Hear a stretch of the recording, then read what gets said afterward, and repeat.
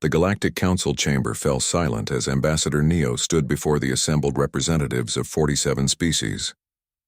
Behind her, holographic projections displayed the ancient tablets that had baffled xenolinguists for 3 centuries. "Impossible," chittered the Vexorian delegate, its crystalline body refracting the chamber's ambient light. "The archive of Kelthera has defied our greatest minds. No species has deciphered even a single character." Neo smiled, a gesture that had taken the galaxy years to understand. "That's because you've been looking at it wrong." The archive had been discovered on a dead world at the edge of charted space, a repository of knowledge from a civilization that had vanished millions of years before the first starfaring species emerged. 10,000 stone tablets, each covered in intricate symbols that seemed to shift and change depending on the viewing angle, the light source, and even the observer's position. The Quillian Collective had spent 50 years analyzing the tablets with their quantum computational arrays. The Mindarans, whose pattern recognition abilities could detect order in stellar chaos, had devoted 2 generations to the task.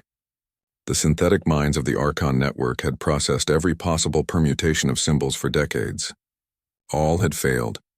Then humanity had joined the Galactic Council and everything changed. Neo gestured, and a junior researcher named Aile stepped forward carrying a single tablet. The young woman wore the simple gray uniform of Earth's Xenolinguistic Corps, her dark hair pulled back in a practical ponytail. She looked painfully ordinary among the exotic assembly of galactic intelligences. 5 minutes, announced the Vexorian skeptically. "You claim this human translated one of these tablets in 5 minutes?" 4 minutes and 37 seconds, actually, Aile said, her voice steady despite the weight of countless alien eyes upon her. "May I demonstrate?" The council chamber's central platform activated, magnifying the tablet for all to see. Its surface crawled with symbols that seemed almost alive, dancing in patterns that hurt to follow for too long. Aile set the tablet down and pulled out what looked like a primitive paper notebook and a simple stylus, tools so archaic that several delegates audibly gasped at their appearance. "The first thing I noticed," Aile began, sketching rapidly, "was that you were all looking for a language. But this isn't language, it's music." Confusion rippled through the chamber. "Music?" The Mindaran's speaker pulsed with infrared skepticism. "We analyze the acoustic properties, not acoustic music," Aile interrupted, her stylus never stopping. "Visual music. Rhythm, pattern, repetition with variation. Every human culture has developed music independently. We understand it instinctively, even across vast cultural differences. These symbols, they follow the same principles as a musical score." She sketched a series of flowing lines that mimicked the tablet's symbols. "See, this isn't grammar or syntax. It's tempo, key changes, refrains. The symbols don't represent sounds or concepts directly. They represent the emotional and mathematical patterns that underlie those concepts." Neo watched with pride as her protégé worked. She had recognized Aile's talent immediately. The young woman had been a concert pianist before joining the Xenolinguistic Corps, someone who thought in harmonies and progressions rather than linear logic. "But how does one translate emotion into information?" asked the Archon Network's representative, its synthetic voice laced with genuine curiosity. "You don't translate it," Aile explained, her fingers moving to trace patterns in the air above the tablet. "You feel it.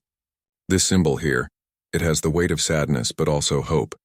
This sequence creates tension that resolves here. It's not saying hope. It's making you experience hope in a specific context." She closed her eyes, her hand hovering over the tablet's surface. "This tablet is about a journey. Not a physical journey, but an intellectual one. The civilization that created these, they didn't write down facts. They encoded experiences. They wanted future readers not just to know what they knew, but to feel what they felt when they discovered it." Aile opened her eyes and began writing rapidly in her notebook. This particular tablet describes a mathematical breakthrough, something about the relationship between consciousness and quantum probability. But more importantly, it describes the joy of discovery, the frustration of false starts, the companionship of fellow researchers. It's a love letter to the pursuit of knowledge itself. The chamber erupted in a cacophony of alien voices, translators struggling to keep pace. "Preposterous," the Vexorian delegate declared. "You're inventing interpretations based on subjective feelings. Am I? Isla pulled out a small device, human-made, crude by galactic standards. I translated 3 tablets yesterday. Each one contained mathematical formulas embedded in the emotional patterns. I've extracted them. Would you like to verify the mathematics? She transmitted the data. Moments later, the Archon Network representative spoke, its voice colored with something that might have been awe. The equations are valid. Revolutionary, in fact. They describe propulsion principles we've never conceived of. If the other 9,997 tablets contain similar knowledge. They do, Neo said firmly. Humans have a phrase, the medium is the message. This civilization didn't just want to preserve information, they wanted to preserve the human experience of discovery. And yes, I said human deliberately, not because they were human, but because they understood something that we humans have always known. Knowledge without context, without feeling, without the story of its discovery. That's just data. Real understanding requires empathy. The Quillian Collective's representative, who had been silent throughout, finally spoke, its translated voice contemplative. For 3 centuries we searched for logic, for patterns our computers could decode. We never thought to search for heart, Eiley smiled softly. That's what makes humans unusual, I think. We're not the smartest species, not the longest lived, not the most technologically advanced, but we're storytellers. We've been encoding knowledge in songs, in myths, in art for thousands of years. When we saw these tablets, we didn't see an alien language. We saw another species trying to tell their story. She touched the tablet gently, reverently. And now, after millions of years of silence, someone is finally listening. Neo stepped forward, addressing the assembly. The Xenolinguistic Corps requests permission to establish a translation facility. We estimate complete translation of the archive within 2 standard years. All knowledge will be freely shared with the Council. The vote was unanimous. As the chamber emptied, the Vexorian delegate approached Eiley, its crystalline form refracting light in patterns that humans had learned meant contemplation. Tell me, young human, how did your species become so adept at understanding alien minds? Isla thought for a moment before answering. We spent most of our history divided into thousands of cultures, speaking thousands of languages, believing thousands of different truths. We had to become experts at translation, not just of words but of worldviews. When you've spent 10,000 years learning to understand each other, understanding aliens is just more of the same.